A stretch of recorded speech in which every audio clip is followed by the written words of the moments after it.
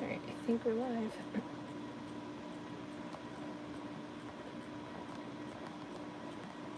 Uh-oh.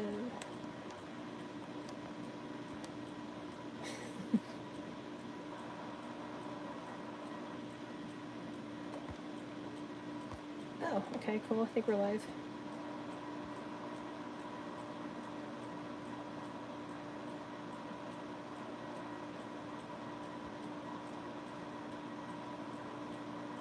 Hey, Rob. I just gotta fix the camera. Let me know if you can see anything.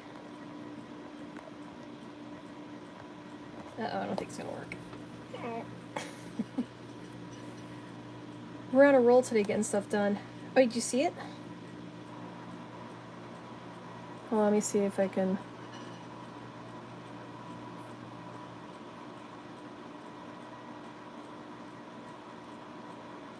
Oh, can you see everything?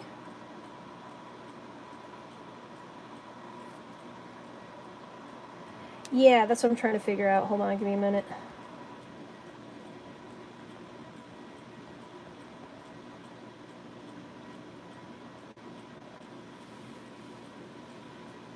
Oh, alright, let me know when you see it. That's funny. Alright, do you see everything we're looking at? Because I got some basics. Alright, stable now. Okay.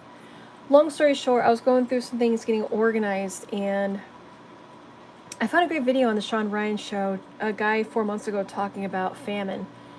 And he's traveled the world and been to different countries and took note of how instability can throw everything off. And he also tied everything that's going on today into that, like the Strait of Hormuz. And as of today, there's really not a lot of shipping going on. In fact, there's a channel I follow on, I'm sorry, not Instagram, YouTube, called What's Going On with Shipping.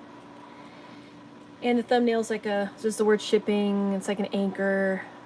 And this guy who's been in the business for years, and now he talks about it. So if there's shipping issues going on with the Mississippi around the world, and in particular this right now, today he put out a video about 3 hours ago talking about how there's no traffic going through that particular corner right there. There's like the little pinch point, and there's ships on either side that are just docked and waiting and hanging out. And a lot of that has to do with insurance.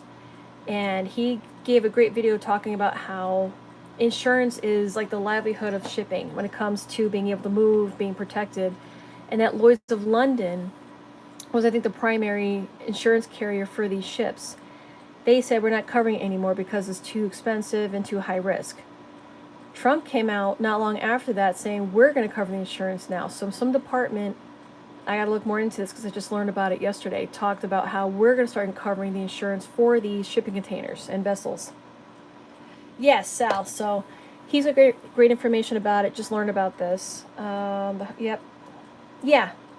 Started following him about a year and a half ago, and he's been a wealth of information, everything about this right now. So it got me thinking about why people are going into their own, quote, prepper pantries and getting prepared and wanting to just have stock, in everything.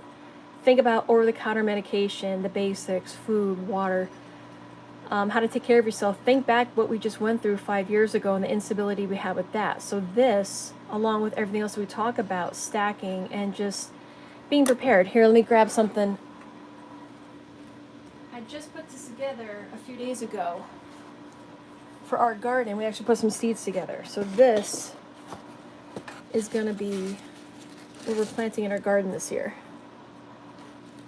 We got onions, purple carrots, orange carrots, Kyoto red, tomatoes, a couple varieties here, celery, cucumber, squash, and basil.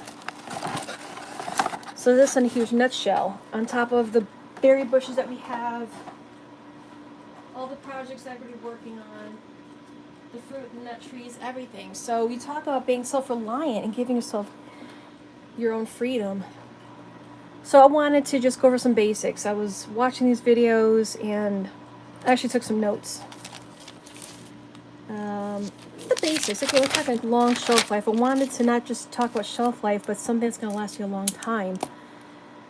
good healthy fats, good protein, all the good stuff. So coconut milk. Again, think about international stores. This is not something you see regularly wherever you're going, but coconut milk is fantastic. It's a great source of fat. Anything powdered, we're going to talk about the powdered milk. You can get non-fat and with fat. Fat can last 5+ years, depending if you keep it in a cool, dark location. Stuff like this. This has fat in it.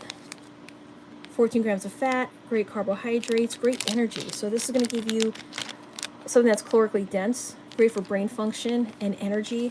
This is fantastic. And it's also a great morale boost.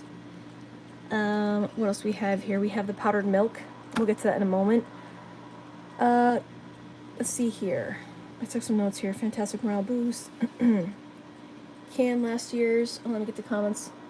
Modern day Victory Gardens, seek out your local bodegas and support local. Yeah, again, depending on where you are, they're popping up more and more. Even online, you have great options when it comes to variety. So make a list about the daily foods that you take in and you eat.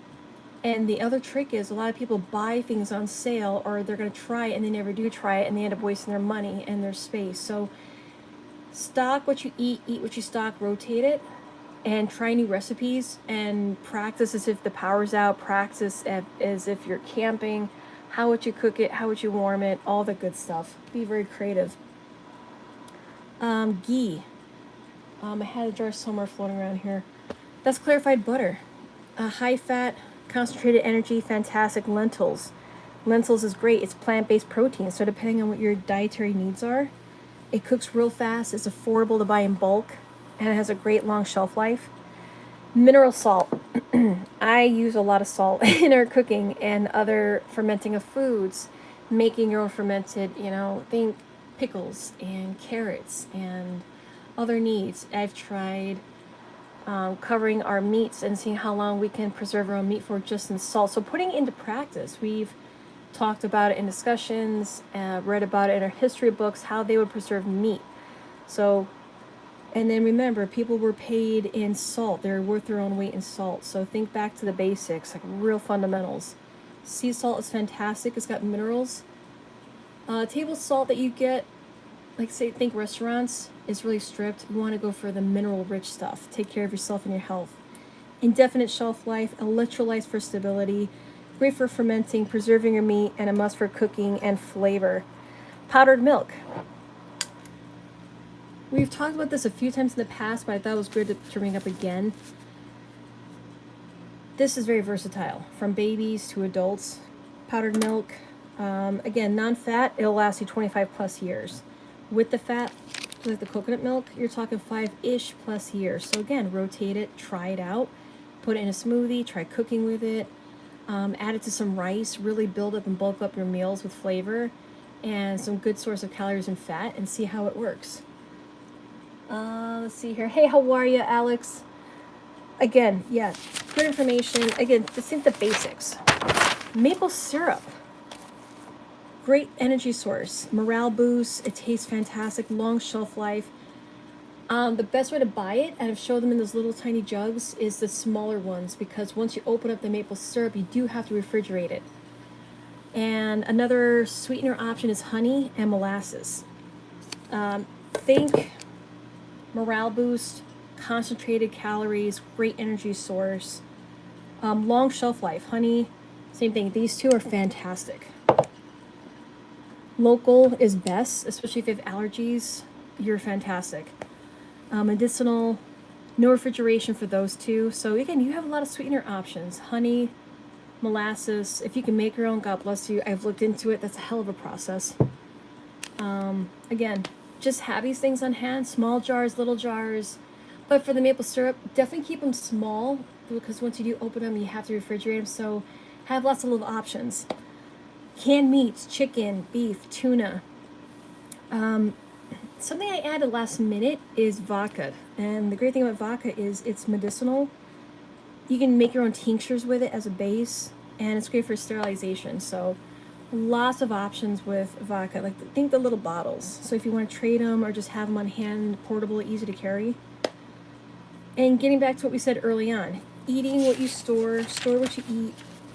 rotate it, and practice safe cooking alternatives. Think camping, cooking outside over an open flame, rocket stoves, hobo stoves, grilling. Ransoms were paid in salt. Yeah, exactly. I love this stuff. I've gotten to the point where I buy it by the bucket. I use so much of it. Especially when you start gardening and you're making your own pickles and your own brines and really getting into some amazing in-depth recipes. So you can be as creative with this as you want. But the important thing is a lot of people will buy the stuff and then just sit on it. You want to rotate, experiment, try new recipes. Look at, we've talked about this. Actually, I got a pile over here that I'm working on for our own family recipe book. We got the American Cookery book from 1796. We have some old British recipes from World War II. We have this recipe book that Betty Crocker put out for World War II here in America. And we've made some recipes with these. And we're going to work on some more of them. But taking my own information and working together with a family, we are putting together and pulling some recipes from here into a couple of our recipe books and recipe cards. So again, be creative with it as you want. Think about the basics, the fundamentals. Salt, having a great water source. And in the next video, the next live, I actually wrote down some notes talking about just that. Gear and simple supplies to have. Think like fire, warmth, security, cooking, all that good stuff. So hopefully you guys gain something from this. Think back to the basics, because no matter how long you do something, there's always something that you either overlook or might miss or might not think about. Again, there's lots of great ideas and information out there. You just try to pull together what works best for you. Break out a pad, pen, think about what you do on a daily basis, and then think long term. There's lots of information out there. I don't fearmonger. I just like to help have some stability and encourage people to be self-reliant and feel good and have better sleep at night knowing that you are just this much more prepared versus your average person. So in case there's a power outage or something weird happens, the conflict spreads, you're covered and you feel really good about it. So just want to jump on live while I was thinking about this in my head, watching all this information come out, that we're doing fine. I mean, the biggest thing at the end of the day is community, working together, sharing ideas, talking, bouncing ideas off one another, even working on projects together. There's a lot of things I want to do. I want to visit that Amish farm in Pennsylvania. The farmer's market's like 20-something acres. So again, it's just finding like-minded people, and hopefully you have that near you. And if not, you will eventually, and then you guys can hone together and work together and work on projects and swap more ideas, because this is just what I'm thinking about. I'm sure there's tons of other great ideas that you have, and if you want to put that down in the comment section, help out one another, that'd be great. So with that being said, I'm going to hop off, probably do this again on Sunday with some more notes, some ideas. If you have anything, stop by 7 p.m. Sunday. We'll hang out and swap ideas and see what you're working on, what's going on in the world by then, because it's Thursday, who knows.